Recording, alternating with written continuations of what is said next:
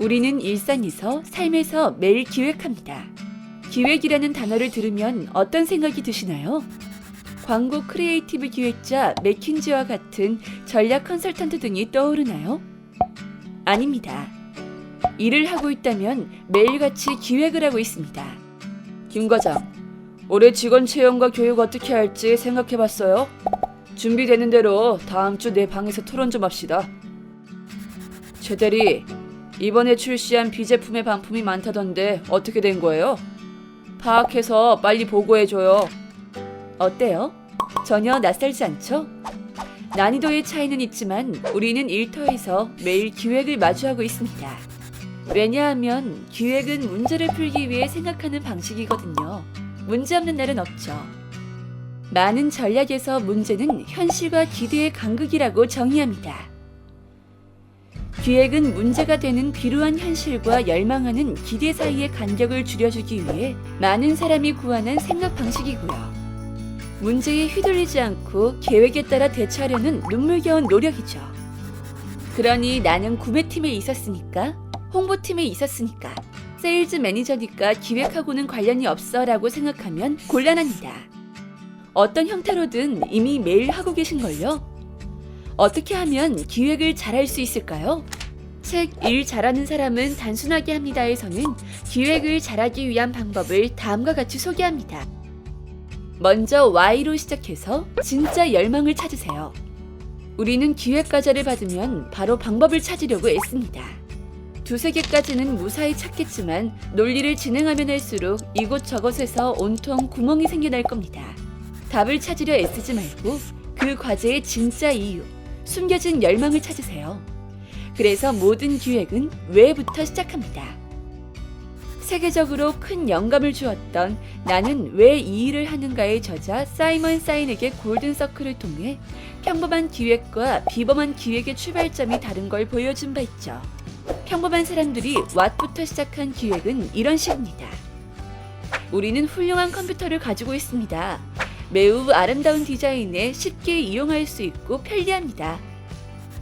하지만 사인앱은 제대로 문제를 해결하기 위해서는 목적 또는 열망부터 시작해야 한다고 지적하죠. 애플처럼 말이에요. 우리는 두 접근 방식의 결과를 이미 알고 있습니다. 다음은 가장 적합한 행동을 찾으세요. 열망하는 목표를 위한 가장 적합한 행동을 찾는 것이 기획의 핵심입니다. 문제는 적합한 바로 그 행동을 어떻게 찾는가입니다. 문제를 단순하게 만드는 연습이 덜 되어 있거든요. 어떤 문제든지 복잡한 현상이 빼곡하게 얽혀있는 상태로는 한 발자국도 나가지 못합니다. 그러니 우리가 손댈 수 있는 영역으로 잘게 쪼개어 덩어리를 지어줘야 합니다. 자, 좌뇌를 준비시켜주세요. 생각을 체계적으로 정리하기 좋은 툴은 로직 트리입니다. 예를 들어 요즘 나는 우울해라는 문제가 있다고 해보겠습니다. 우울하다는 건 추상적인 데다가 당장 어디에서부터 손을 써야 하는지 가늠도 되지 않습니다. 그러니 좀 더 쪼개어 보겠습니다. 몸, 마음, 관계 세 가지 영역으로 나눌 수 있겠네요. 보세요.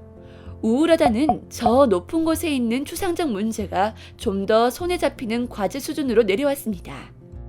여기에 9가지 문제를 해결하면 우울한 마음이 좀 더 나아지지 않을까요?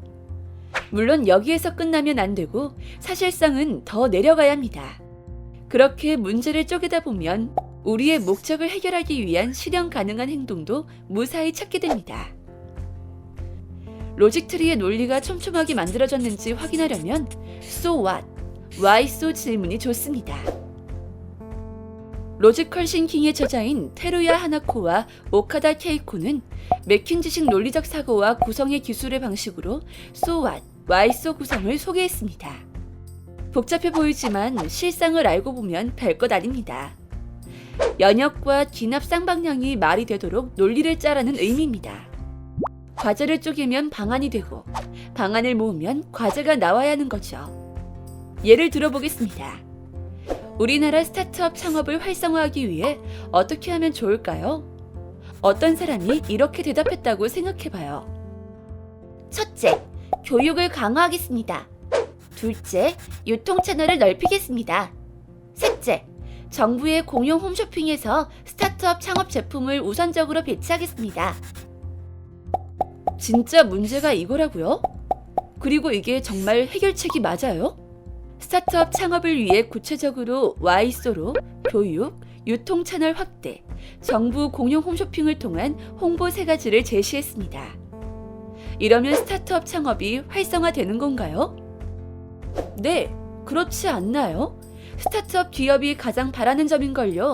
라고 말하신다면 그렇다면 질문을 바꿔보겠습니다. 교육과 유통 채널, 정부 공용 홈쇼핑 노출을 확실히 확보해주기로 약속하면 지금 당장 창업하시겠어요? 아니면 저희가 A기업에 그런 지원을 할 테니 2억 원 투자하실래요? 글쎄요, 저는 안 하겠습니다. 재무, 홍보, 위치, 인력 등 해결해야 하는 문제가 산더미 같은걸요?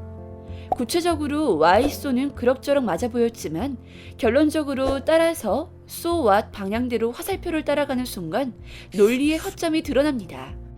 교육과 유통이 스타트업에 도움이 되는 건 Y소가 맞지만 교육과 유통을 해결하면 스타트업 창업이 성공하는 건 So What이 아니니까요. 마지막으로 사람의 뇌를 움직일 꽂히는 컨셉을 찾으세요. 설득은 상대방의 머리와 마음을 움직여서 당신의 말대로 그게 중요한 것 같네. 어디 한번 해볼까? 라는 반응을 끌어내는 것입니다. 미국 우주비행사 닐 암스트롱이 1969년 7월 20일 인류 최초로 달에 발자국을 남긴 이후 남긴 유명한 말입니다. 존 F 케네디 대통령이 외친 인류의 달 탐사 계획은 노련한 정치인들뿐 아니라 과학계, 일반 국민의 가슴을 두근거리게 했습니다. 케네디 대통령은 우리는 달에 갈 것입니다. 왜냐하면 어려운 일이기 때문입니다. 라는 도전적인 연설로 미국인들의 가슴에 불을 지폈습니다. 어떻게 이게 가능했을까요? 사실 미국 내에서도 여전히 저소득층 문제와 같이 세금이 필요한 곳이 잔뜩 있었는데 말이죠. 만약에 케네디 대통령이 아래와 같이 프로젝트를 제안했다면 어떨까요? 미국의 우주 항공 산업을 세계 최고 수준으로 만들겠습니다.